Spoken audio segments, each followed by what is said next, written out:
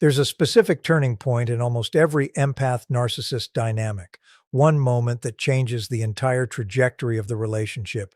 And it isn't the moment the narcissist finally shows their true colors.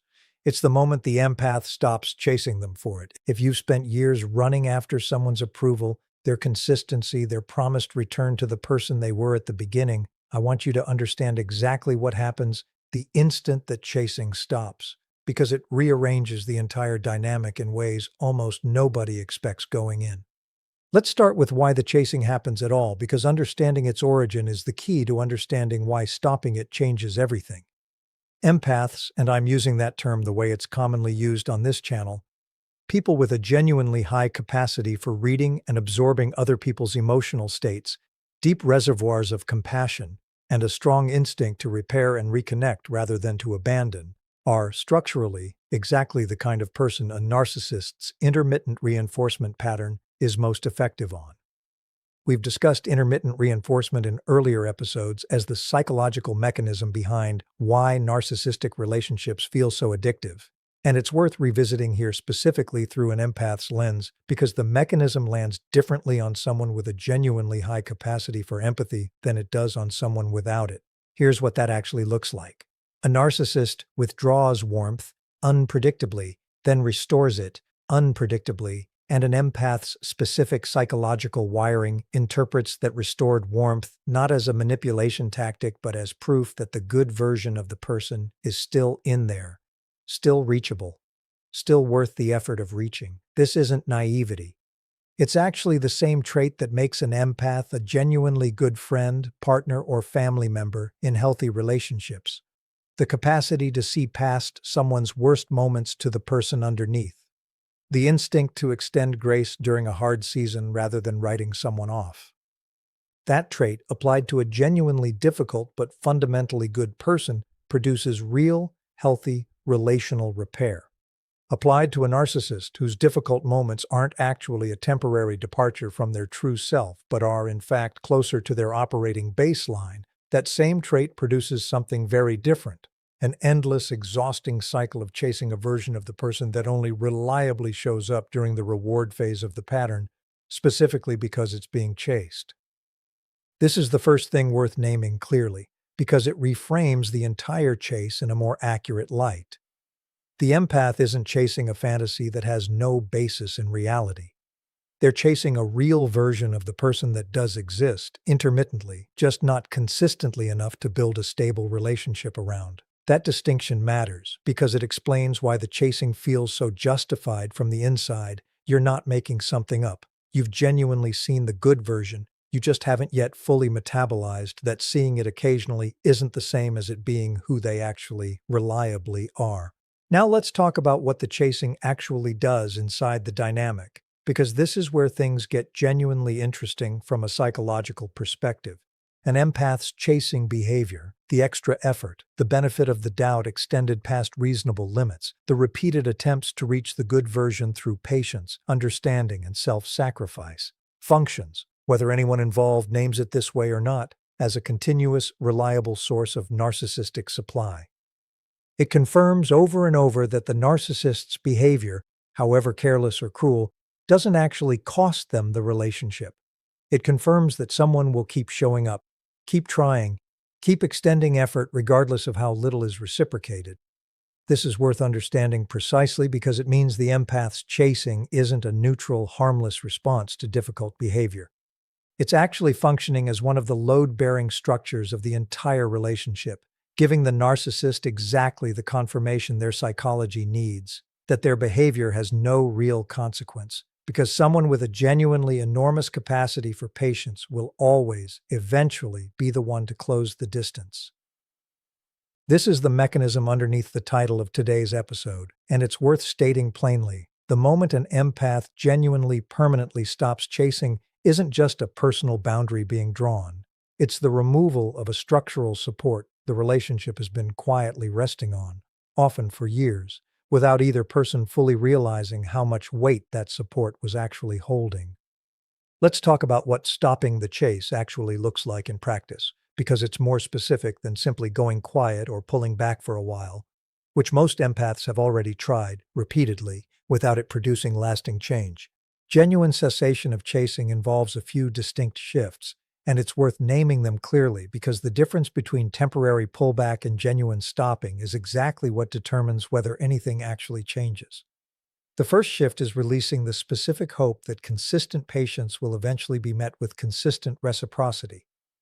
This is different from simply being tired or frustrated in the moment. It's a genuine internal recalibration of expectation, arriving at the accurate understanding that the intermittent good version isn't a preview of who they're becoming, but simply a feature of the pattern itself, one that will keep recurring at the same frequency regardless of how much additional patience gets extended toward it. The second shift is no longer initiating repair after conflict, a role that empaths in these dynamics almost universally occupy without ever having consciously chosen it. If you're the one who always reaches out first after a fight, who always finds a way to smooth things over, who always absorbs more of the responsibility for reconciliation than the situation actually calls for, stopping that specific behavior, not out of spite, but because you've recognized it as an unsustainable structure you've been the only one maintaining, removes another significant piece of the relationship's operating architecture. The third shift, and this is the deepest one, is genuinely, internally releasing the specific outcome you've been hoping for. The version of them fully, permanently showing up. The relationship finally stabilizing into the version you glimpsed during its best moments. This is different from giving up in a bitter or resentful sense. It's closer to a kind of grief, actually metabolized rather than indefinitely postponed, that allows you to stop organizing your emotional energy around an outcome that the evidence, accumulated over real time, has already told you isn't coming. I want to pause here and name something important, because this shift, once it becomes genuine rather than temporary, produces effects on both sides of the relationship that are worth understanding separately and clearly. In part 2, we're going to look specifically at what actually happens to the narcissist once the chasing stops for good, the specific, predictable sequence of reactions we'd expect based on everything we've covered across this whole channel. And, just as importantly, what happens inside the empath themselves during this shift, because that internal change is, I'd argue, the far more significant of the two, and the part most worth understanding if you're the one currently doing the chasing. Stick around, because that part is where this stops being about what changes for them and becomes about what finally actually changes for you. Let's look at what actually happens on the narcissist's end once the chasing genuinely stops, and then at the internal shift inside the empath, which is really the heart of this whole episode. On the narcissist's side, the sequence tends to follow a fairly predictable pattern, one that draws on almost everything we've covered across this channel, just compressed here into the specific context of losing a chronic pursuer rather than an ordinary partner. The first phase is usually confusion rather than alarm, because the withdrawal of chasing often doesn't register at first as a genuine structural shift. It reads initially as one more instance of the ordinary distance that's happened before and always eventually closed on its own. This misreading tends to produce a period of business-as-usual behavior, where the narcissist continues operating exactly as they always have, expecting the familiar rhythm of distance and eventual repair to reassert itself without any real effort on their part. The second phase begins once that expectation goes unmet for longer than the pattern has ever allowed before. And this is where something we discussed in an earlier episode becomes directly relevant. The specific dread of waiting for begging that never comes. Except here, it's compounded by something the narcissist has likely never had to face in quite this configuration. Losing not just a partner, but the specific structural role the empath had been unconsciously filling for years. The one who always closes the distance, always initiates repair, always extends patience past the point most people would. Losing an ordinary partner is painful. Losing the person who reliably absorbed the cost of every rupture in the relationship removes something considerably more load-bearing, and the narcissist often doesn't have language for what's actually missing, only a growing, disorienting sense that something fundamental about how the relationship used to work has stopped functioning. The third phase tends to follow the pattern we've described in multiple episodes now, escalating attempts to restore the old dynamic, moving from casual probes to more direct appeals to, if those fail, genuine seeming vulnerability that draws on exactly the empath's own compassionate wiring.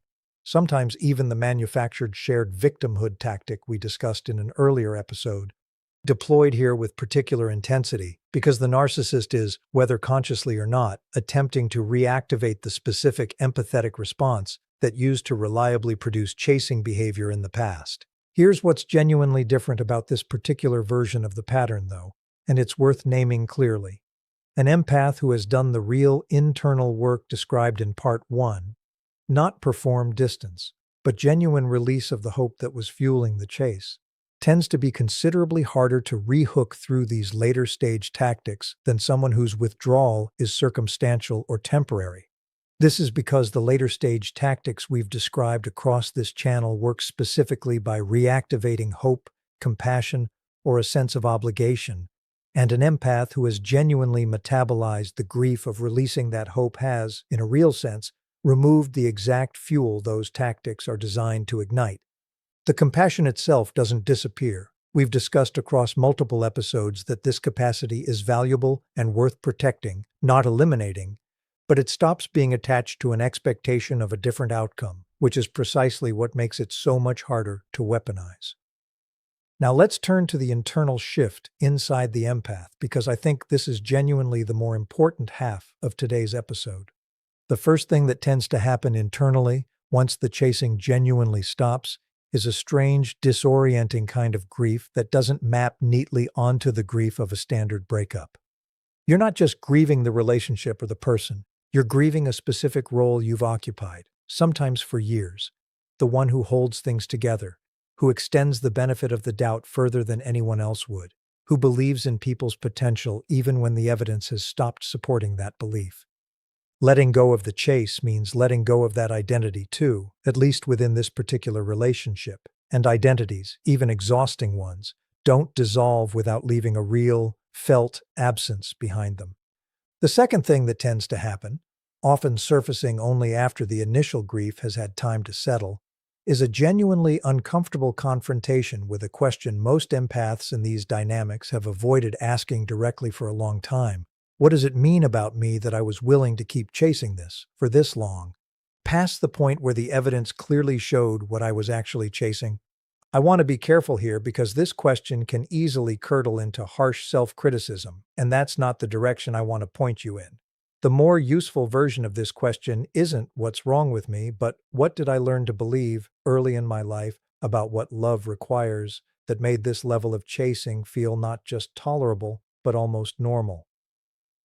For a lot of empaths, the roots of this pattern go back much further than the narcissistic relationship itself, to earlier dynamics, sometimes in childhood, where love genuinely did require exactly this kind of relentless effort and emotional labor to secure and maintain. The narcissist didn't create this pattern. They found it already built and, whether consciously or not, made excellent use of it. The third thing that tends to happen, and this is where the episode's title becomes fully accurate, is a genuine structural change in how the empath relates to future relationships entirely, not just the one that prompted this reckoning. Once you've done the real work of understanding why the chasing felt necessary, and once you've grieved the specific hope that fueled it in this particular relationship, something shifts in your baseline expectations going forward. Reciprocity stops feeling like something you need to earn through relentless effort and starts feeling like a reasonable, ordinary requirement for any relationship you invest in. Patience stops being unlimited by default and starts being something you extend deliberately in proportion to actual evidence of change, rather than in proportion to how much you're hoping for change to eventually arrive. This shift, once it genuinely takes hold, tends to protect empaths not just from this specific narcissist, but from the broader pattern of ending up in relationships that quietly require the same exhausting, one-sided architecture over and over, with different people wearing the role. I want to close with something that I think matters more than anything about the narcissist's reaction we discussed earlier in this episode. Your capacity for deep empathy, for extending grace, for believing in the good in people even when they're struggling, was never actually the problem here. It's one of the more valuable things about you, and the goal of everything we've discussed today was never to teach you to have less of it. The goal was to help you recognize the specific difference between extending that capacity towards someone who's capable of eventually meeting you with real reciprocity and extending it towards someone whose difficult moments aren't actually a temporary departure from who they are, but the fullest available expression of it. That distinction, once you can see it clearly, lets you keep every bit of the compassion that makes you who you are, while finally directing it somewhere it has an actual chance of being met. If you've spent years as the one who chases, the one who closes the distance, the one whose patience never seemed to run out even when it clearly should have, I hope this gave you language for both what that chasing was actually doing inside the relationship and what letting it go can genuinely open up for you on the other side of grief that's real but survivable. If you want more of this, the real psychology underneath these patterns, on both sides of them, subscribe to Mind Horizon. I'll see you in the next one.